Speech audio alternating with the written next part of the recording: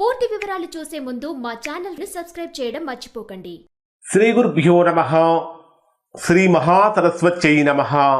ఓం నమః శివాయ.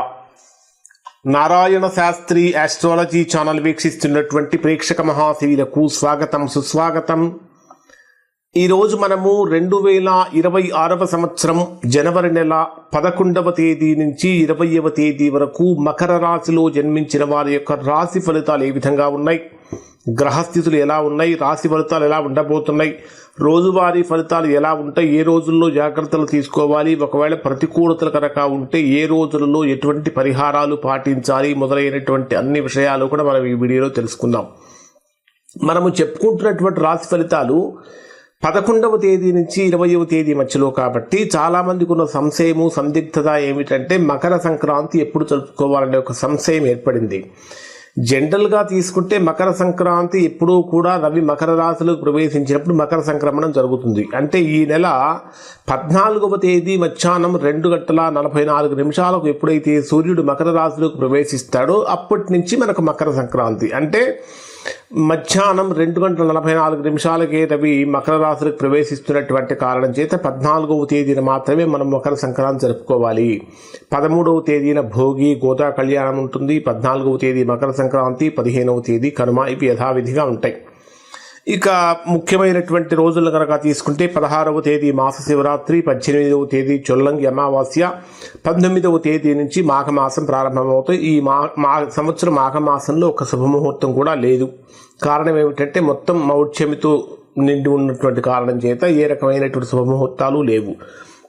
మరి మకర రాశి వారికి ఎలా ఉండబోతుంది అని కనుక పరిశీలిస్తే ఈ 10 రోజుల కాలంలో గ్రహాలన్నీ కూడా ధనుస్సు రాశిలోను మరియు మకర రాశిలోను సంచరిస్తున్నటువంటి కారణం చేత, అంటే తీవ్రంగా కేంద్రీకృతం అవ్వటం వల్ల ఇది ఒక సాధారణమైనటువంటి కాలం కాదు. జీవిత దశను నిర్ణయించేటటువంటి కీలకమైనటువంటి దశగా ఉండబోతుంది అని చెప్పాలి. కారణం ఏమిటంటే 12వ తేదీన మీ రాశికి దశమ స్థానాధిపతి అయినటువంటి శుక్రుడు మకర రాశిలోకి ప్రవేశిస్తాడు మీ రాశిలోకి.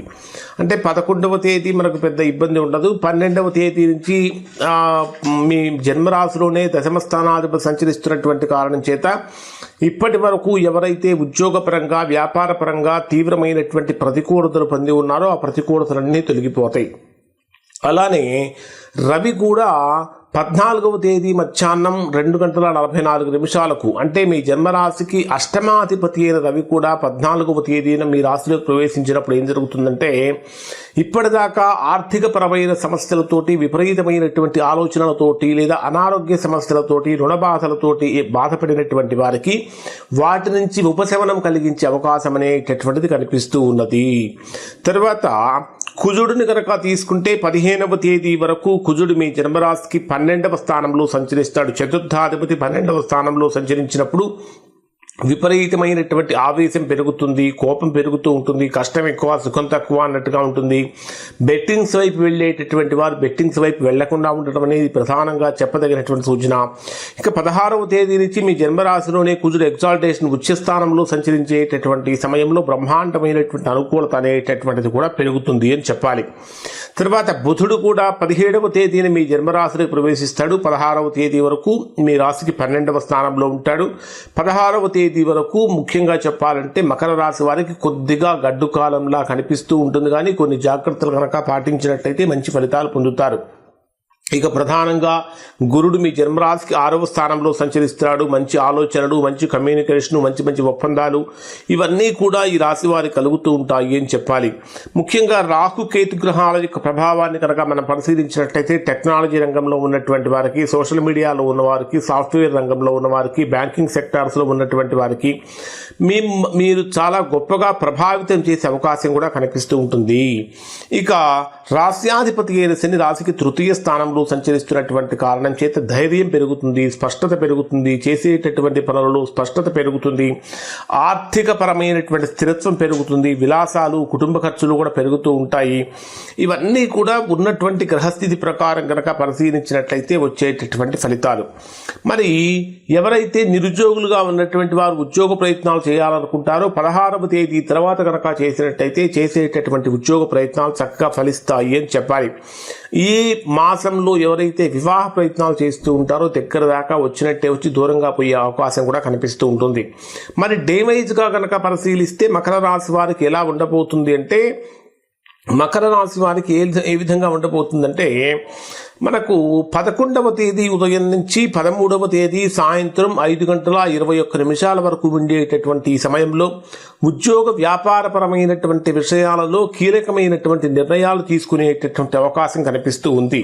ఎందుకంటే అధికారులతో చాలా మంచి సంబంధాలు అనేటటువంటి నెలకొంటూ ఉంటాయి. చేసేటటువంటి పనిలో కొద్దిగా గుర్తింపు కూడా లభిస్తూ ఉంటుంది. కానీ చిన్న చిన్న పొరపాట్లు పెద్ద పెద్ద ఆటంకాలకు, పెద్ద పెద్ద అవాంతరాలకు కారణమయ్యే అవకాశం కూడా ఏర్పడుతూ ఉంటుంది. ముఖ్యంగా చెప్పాలంటే, మీరు ఏదైనా పని చేస్తూ ఉంటే మీ సీనియర్ల దృష్టిలో ఎక్కువగా పడుతూ ఉంటారు. వ్యాపారం చేసేటటువంటి వారికి కొత్త కొత్త ఆర్డర్స్ వస్తూ ఉంటాయి. రాజకీయ రంగంలో ఉన్నటువంటి వారికి, సామాజిక రంగంలో ఉన్నటువంటి వారికి పేరు ప్రఖ్యాతులు బాగా పెరుగుతాయి. ఇక్కడ మీరు శనివారం రోజున నీలం వస్త్రాలు కనుక దానంగా సమర్పించినట్లయితే మంచి ఫలితాన్ని పొందుతారు. ఇక 13వ తేదీ సాయంత్రం 5:21 నుంచి 16వ తేదీ ఉదయం 5:46 వరకు ఉండేటటువంటి సమయంలో ఇది అనేక రకాలైనటువంటి ఆర్థిక లాభాలు కలిగించేటటువంటి అంశంగా ఉండబోతుంది అని చెప్పాలి. ఆదాయం పెరుగుతూ ఉంటుంది, లాభాలు పెరుగుతూ ఉంటాయి, అన్ని కోరికలు కూడా నెరవేరేటటువంటి కాలంగా ఉండబోతుంది. ఆగిపోయిన డబ్బులన్నీ కూడా తిరిగి వచ్చే అవకాశం ఏర్పడుతూ ఉంటుంది. స్నేహితుల ద్వారా అవకాశాలు పెరుగుతూ ఉంటాయి. అత్యాశను కనుక వదిలిపెట్టినట్లయితే, అంటే అత్యాశను కనుక వదిలేస్తే బ్రహ్మాండమైనటువంటి ఆనందాన్ని ఇక్కడ ఈ రాశి వారు పొందుతారు అని చెప్పాలి.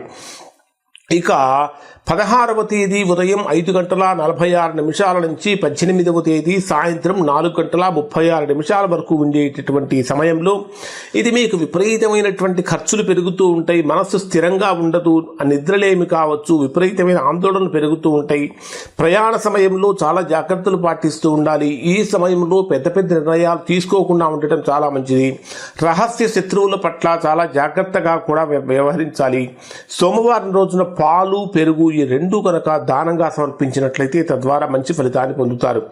ఇక 18వ తేదీ సాయంత్రం 4:36 నుంచి 20వ తేదీ రాత్రి వరకు ఉండే సమయాన్ని కనుక మనం పరిశీలించినట్లయితే ఇది ఈ రాశి వారికి చాలా చక్కగా బ్రహ్మాండమైనటువంటి అత్యంత కీలకమైనటువంటి గోచార దిశగా అడుగులు పడబోతూ ఉన్నాయి అని చెప్పాలి. కారణం ఏమిటంటే, ఇక్కడ ఆత్మవిశ్వాసం పెరుగుతుంది. జీవితంలో ఎప్పుడు ఏం చేయాలి, ఎలా ప్రవర్తించాలి, ఎక్కడ ఎలా ఉండాలి అనే ఒక స్పష్టత కూడా వస్తుంది.